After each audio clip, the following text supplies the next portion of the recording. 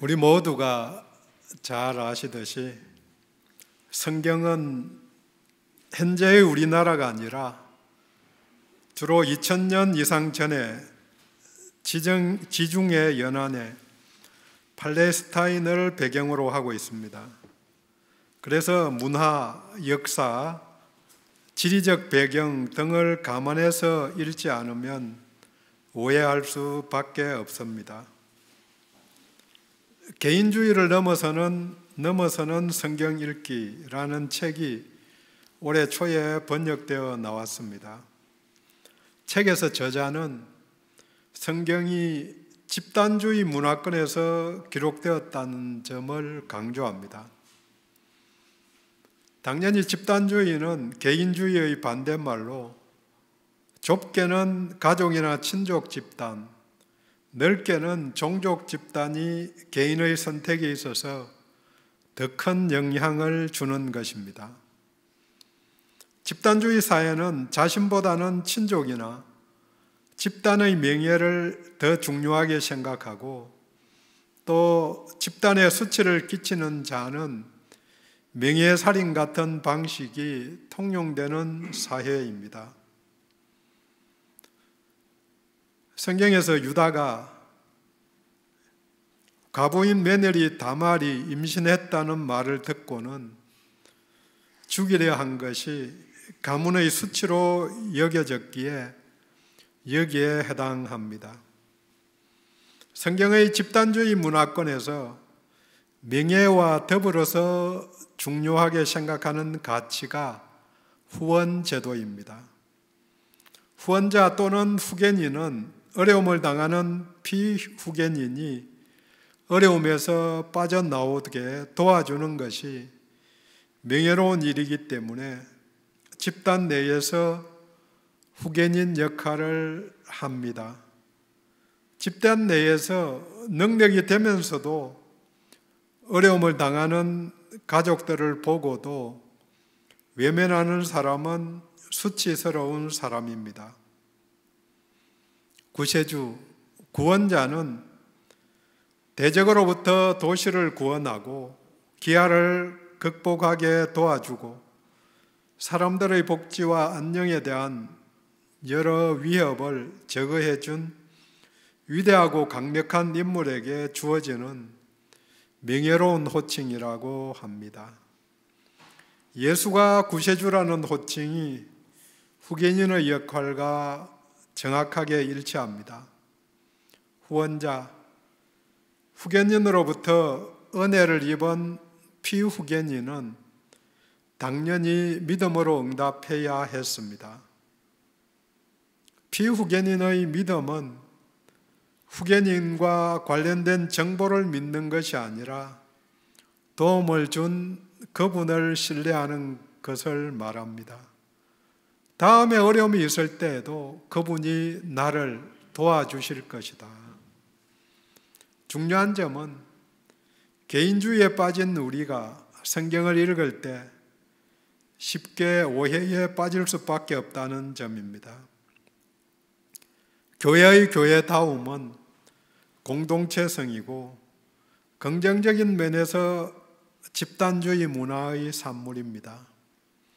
이 공동체성을 잃어버리면 성경의 의미를 오해하고 하나님의 뜻을 잃어버린 것입니다.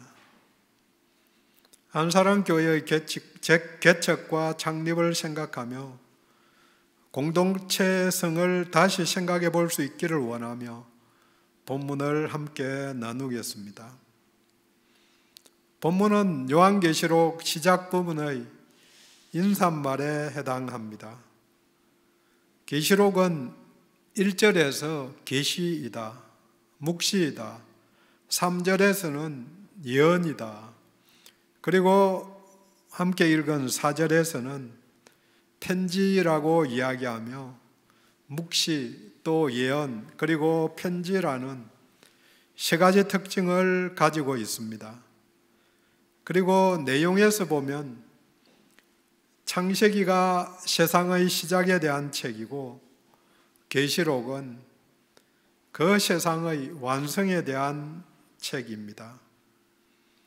종말에 대한 무서운 환상, 해석하기 어려운 책, 이단들이 좋아하는 책이라는 선입견이 있을 수 있지만 환난과 핍박의 상황에서 위로와 격려의 글이라는 전제를 기억하면 어렵지 않게 접근할 수 있습니다.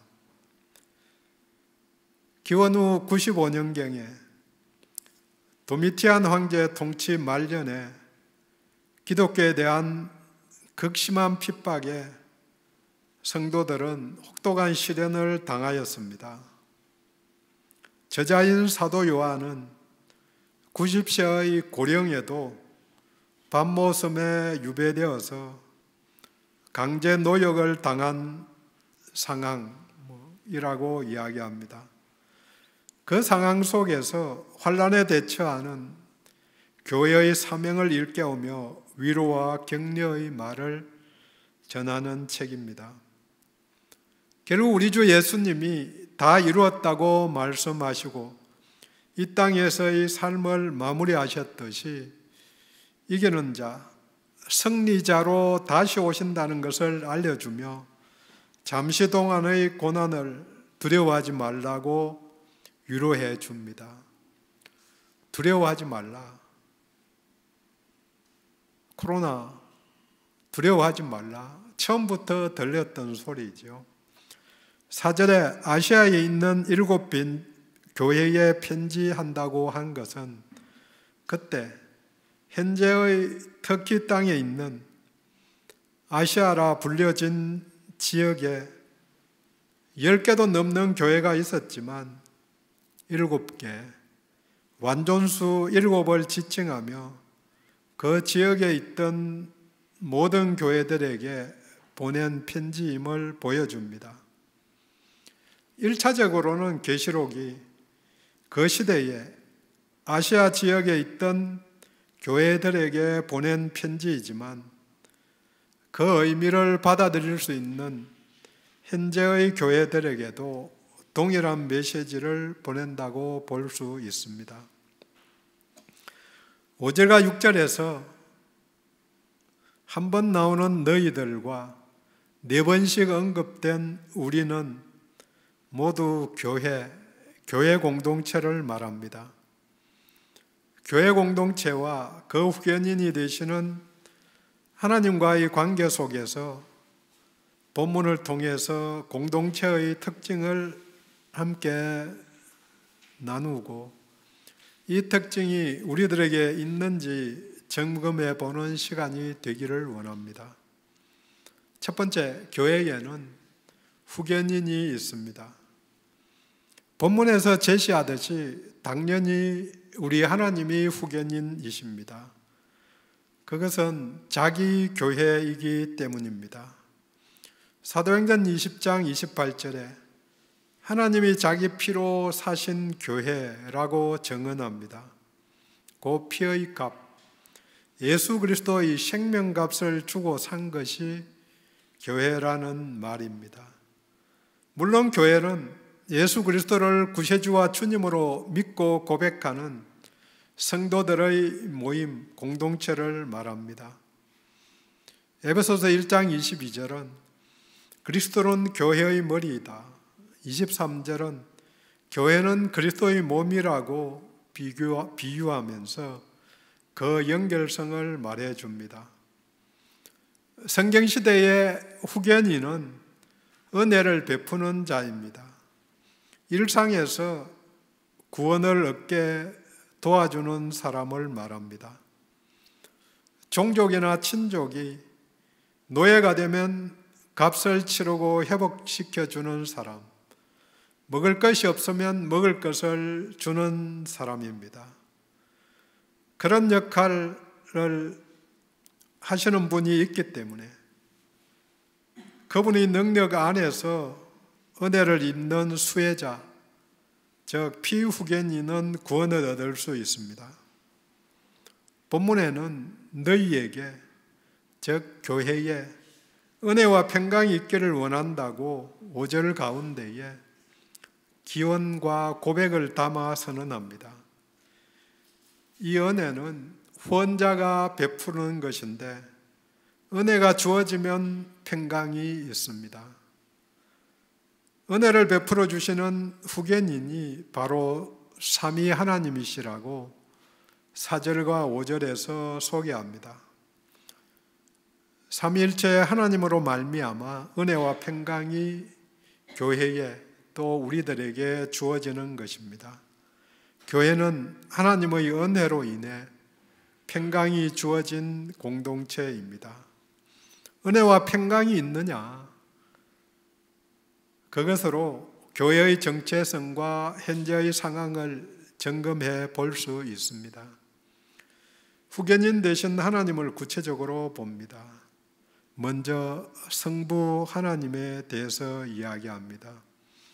4절에 이제도 계시고 전에도 계셨고 장차 오실 이, 현재를 먼저 언급합니다. 환난이 있는 그 상황에도 하나님이 통치하고 계신다. 물론 과거에도 온 세상을 다스리셨다. 마지막으로 장차 오실이라는 표현은 앞으로도 계속해서 자신을 드러내실 분이라는 의미이며 또 영원하신 분에 대한 표현입니다.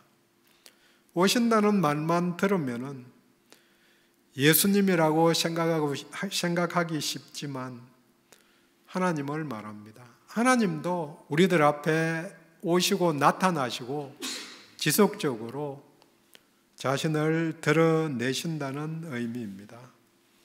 8절에서는 성부 하나님에 대해서 방금 나눈 이제도 있고 전에도 있었고 장차 올 자라 이 말을 고백하면서 동시에 두 가지를 덧붙입니다. 나는 알파요 오메가다. 알파는 헬라어 첫 글자이고 또 오메가는 아시듯이 마지막 글자입니다. 그 처음과 끝, 시종을 주관하시는 분이심을 다시 반복해서 드러내신 것입니다. 창세기에서 모든 것을 시작하신 분으로 자기 자신을 드러내신 하나님이 계시록에서 모든 것을 마무리하는 분으로 소개를 한 것입니다. 마지막으로 전능한 자라고 자신을 소개합니다. 전능하신 우리 하나님이 후견인 되시기 때문에 우리는 두려워하지 않아도 됩니다. 비록 환난과 핍박이 있을 수 있지만 전능하신 분, 시종을 주관하시는 분이 지금도 계시는 하나님이 우리와 무관하신 분이 아니라 후견인 되신다는 것, 그들에게 또 현재 우리들에게도 용기를 줍니다. 3위 두 번째로 성령 하나님이 교회의 후견인 되십니다. 본문은 4절 중간에 그의 보좌 앞에 있는 7영이란 고백으로 성령님을 드러내십니다. 하나님의 보좌 앞에 계시는 영인데 7이라는 의미는 첫째로는 이사야서 11장 2절에 나오는 성령의 7 사역을 말한다고 이해합니다. 여호와의 영, 곧 지혜와 총명의 영이요 모략과 재능의 영이요 지식과 여호와를 경외하는 영이 강림하시리니, 그렇게 7가지 사역을 감당하시는 분이십니다. 그리고 또 7은 7교회로 대표되는 7교회가 온전한 한 교회의 실제 모습을 나타내듯이 한 분 성령님의 본질을 나타냅니다. 각 교회에 동일하게 계시는 하나 성령님이 당연히 그때 아시아 7교회의 후견인이 되십니다. 동시에 오늘 우리 교회의 후견인 되십니다. 3위 세 번째로 예수 그리스도가 우리의 후견인 되십니다. 본문은 새 칭호로 예수님을 알려줍니다. 세 가지 사역입니다. 충성된 증인으로 죽은 자들 가운데서 먼저 나시고 땅의 임금들의 머리 되신 예수 그리스도. 충성된 증인은 죽기까지 신실함을 보이신 예수님의 지상생애를 말해줍니다. 예수님은 자신을 한없이 낮추시고 죽기까지 성부 하나님께 복종한 하나님의 충성된 일꾼이었습니다.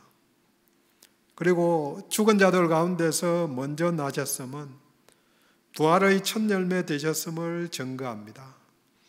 장차 사망의 권세에서 자기 백성들을 이끌어낼 선봉이 되신 것입니다. 마지막으로 땅의 임금의 머리 되심은 성천하시어서 통치자로 본래의 영광을 얻었음을 말해줍니다. 로마 황제를 왕과 주로 여기던 그 시대에 이 표현은 진정한 왕이 예수 그리스도이심을 가리키는 것입니다. 또 만왕의 왕 되심, 우주의 주권자 되심을 장차 드러내실 것입니다. 이렇게 요한은 자신이 믿은 90여 년 경험한 후견인 되신 삼위 하나님의 능력을 강조하며 당연히 교회에 은혜와 평강이 주어질 것을 기원하며 선포합니다. 하나님이 우리의 후견인 되심을 결코 잊지 말아야 합니다. 두 번째로 이 후견인 문화권에서 이런 호의, 은혜를 입으면 받은 수혜자가 해야 할 의무가 있습니다. 그것이 바로 믿음입니다. 이 믿음을 보이지 않으면 더 이상 호의를 받을 수가 없을 뿐 아니라 배은망덕한 사람이 되어서 공동체에서 수치가 되고 또 따돌림을 받게 됩니다. 심하면 추방입니다. 피후견인, 호의를 받은 자가 보여야 할 보은, 바로 이 믿음은 충성됨의 증인이고 후견인을 명예롭게 하는 일로 영광을 돌리는 일입니다. 본문은 5절 끝과 6절에서 예수 그리스도가 행한 사역, 즉 교회에 베푼 세 가지 호의를 선언합니다. 먼저 그가 우리, 즉 교회를 사랑했습니다. 갈라디아서 2장 20절 말씀같이 나를 사랑하사 나를 위하여 자기 자신을 버리신 하나님의 아들. 에베소서 5장 25절도 같은 고백입니다. 그리스도께서 교회를 사랑하시고 그 교회를 위하여 자신을 주셨다. 사랑하였기 때문에 전부를 주셨습니다. 교회를 개개인이 다 포함되지만 틀로는 교회의 공동체라는 거죠. 그래서 본문 5절 끝에 그의 피로 우리 죄에서 우리를 해방하셨다고 선언합니다. 죄의 권세에서 이미 과거에 해방된 것입니다. 믿는 우리는 그분의 십자가 사역으로 죄사함을 받은 것입니다. 마지막으로 긍정적인 측면에서 현재로 그가 우리를 나라와 제사장으로 삼으셨다고 선언합니다. 하나님의 백성이 된 것이 하나님 나라에 소속된 것입니다. 하나님은 왕이시고 성도들은 그 나라의 백성들입니다. 또 제사장 삼으신 것은 운명하실 때에 성소의 휘장이 찢어짐을 경계로 해서 예수 이름으로 나아가는 자는 하나님과의 관계가 단절된 상태에서 죄로 인해 죽음의 상태에서 회복된 것입니다. 유사한 말씀이 출애굽기 19장 6절에 너희가 내게 대하여 제사장 나라가 된다. 두 개를 합친 것입니다. 베드로전서 2장 9절도 너희는 왕같은 제사장들이요 거룩한 나라다. 백성들이 모여서 나라를 이루죠. 물론 통치하는 왕이 하나님이시고, 근데 거룩함을 드러내는 나라. 또 이 제사장 직분은 자신을 위해서가 아니라 타인을 위해서 다른 사람들을 하나님께 인도하는 자입니다. 자기를 위한, 자기만을 위하는 제사장은 없다고 표현합니다. 놀라운 이 은혜에 대한 반응이 영광과 능력의 찬양으로 이어지는 것이 당연합니다. 우리 주님만이 영원히 세세토록 찬양을 받으신 분이십니다. 그래서 마무리가 아멘입니다. 아멘은 진실로 그렇다는 시인하고 수용하고 보증하는 선언입니다. 교회는 영광과 능력을 오직 예수 그리스도께 돌리는 공동체입니다. 삼위 하나님으로부터 은혜를 입은 수혜자로서 믿음을 보여야 하는데, 우리들에게 세 가지 호의를 보이신 외아들 예수 그리스도께 영광을 돌리면 됩니다. 그것이 후원자이신 그분을 명예롭게 하기 때문입니다. 이제 마지막으로 믿음의 한 핵심을 나눕니다. 믿음의 핵심은 그분의 오심을 기대하며 기다림입니다. 믿음의 완성은 약속을 기다리는 일입니다. 소망 속에서 인내로 기다림이 믿음입니다. 본문은 7절에서 그가 오시리라고 선포합니다. 예수 그리스도가 다시 오신다는 약속이 계시록 전체의 주제이자 또 본문의 주제입니다. 그래서 7절 마무리에 그러하리라 아멘, 아멘, 아멘, 아멘을 반복으로 진실성을 담보한 동의를 합니다. 어떻게 오시나? 그가 구름을 타고 오시리라. 타고라는 단어는 함께라는 뜻을 갖고 있습니다. 구름과 함께 오시리라. 그 말은 영광 중에 오신다는 의미입니다. 마태복음 24장 30절과 누가복음 21장 27절은 꼭 같은 내용을 말합니다. 그때 사람들이 인자가 구름을 타고 능력과 큰 영광으로 오는 것을 보리라. 영광스러운 임재를 구름으로 표현한 것입니다. 본문입니다. 각 사람의 눈이 그를 보겠고, 초림은 조용히 오셨지만 재림은 모든 사람들이 알 수 있게 공개적으로 오신다는 표현입니다. 물론 자기 백성의 구원을 위해 오십니다. 하지만 본문은 덧붙입니다. 그를 찌는 자들도 볼 것이요 땅에 있는 모든 족속이 그로 말미암아 애곡하리니, 그를 찌른 원수들이, 또 믿지 않고 자기 길을 간 자들이, 구경꾼들이 보고 통곡할 것입니다. 왜냐고요? 심판을 받기 때문입니다. 그때 십자가에 매달렸을 때에 그를 찌른 자들도 있지만 주변에서 그를 조롱하고 했던 그 사람들, 지금도 마찬가지입니다. 그를 찌르는 사람들이 수많이 존재하는 거죠. 구원의 뒷면은 심판입니다. 일상에서도 평강의 뒷면은 항상 두려움과 염려입니다. 평강을 얻지 못하면 두려움과 염려가 계속해서 있는 거죠. 구원을 얻지 못하면 심판이 계속해서 있는 거죠.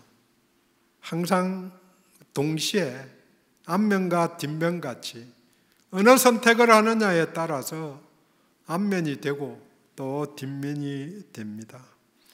재림을 목도하는 그날 구원받는 자들이 있고 심판을 받는 자들이 있습니다. 교회 공동체는 재림을 기다리는 공동체입니다. 기다림이란 약속을 믿는 믿음의 표현입니다. 기다리는 사람은 누구나 시인이 된다는 책에서 저자는 단 1분도 기다리지 못하는 오늘날의 삶의 양식, 이 정신없는 질주에도 불구하고 머무름과 기다림이 허용되지 않는다면 시간은 우리의 것은 아니다. 기다림은 우리 존재의 조건이라고 말합니다. 책의 부제가 기다림에 대하여 on waiting인데 사실 그게 원서의 제목입니다. 그 책에서는 기다림이 존재의 조건이라고 했지만 생각해 보면 우리는 끊임없이 기다리는 거죠. 이것저것. 내가 스스로 기다림을 만들어서 잘 될 것을 바라보고 나가는 것도 있고 남들 약속 때문에 기다리는 것도 있고, 하지만 본문은 기다림이 믿음의 조건이라고 말하는 소리를 듣습니다. 예수님을 믿기 때문에 예수님의 오심을 기다리는 것이고 하나님을 믿기 때문에 하나님의 나타나심을 기다리는 것입니다. 반복하지만 기다림이 없으면 믿음이 없습니다. 물론 기다림은 약속에 근거합니다. 인생에서 그 약속은 남과의 약속뿐 아니라 자신과의 약속을 포함하지만 우리의 기다림은 성경의 약속에 대한 믿음에 근거하기 때문에 공허하지 않고 생명이 달려있기 때문에 진지합니다. 의인이 오시리라, 메시아가 오리라고 구약에 약속한 그대로 예수님이 이 땅에 오셨고 내가 다시 와서 내가 속히 오리니 하시면서 복음서에 직접 약속했을 뿐 아니라 계시록에서 반복해서 다른 서신서에도 다시 오시리라, 본 그대로 오시리라 선포된 말씀대로 다시 오실 것입니다. 중요한 것은 기다리는 동안 할 일입니다. 특별한 일이 아니고 그것이 바로 은혜를 입은 수혜자가 해야 할 일입니다.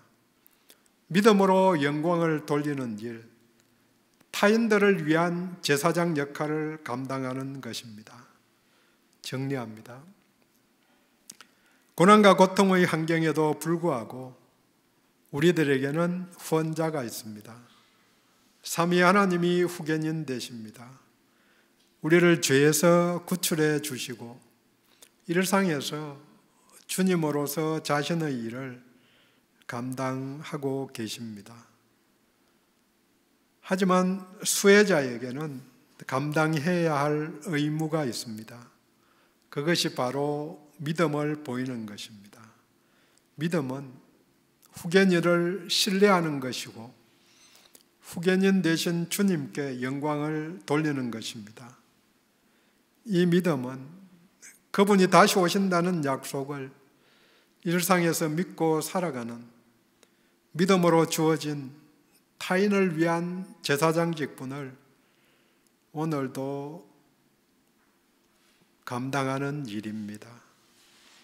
이 사실을 받아들일 때 사도 요한과 초대교회 공동체들처럼 우리들의 입에서도 아멘 그러하리라, 아멘 고백의 소리가 메아리같이 일상에서도 나오게 될 것입니다.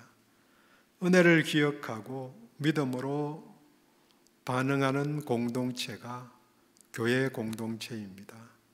또 우리 한사랑 공동체입니다. 기도합니다.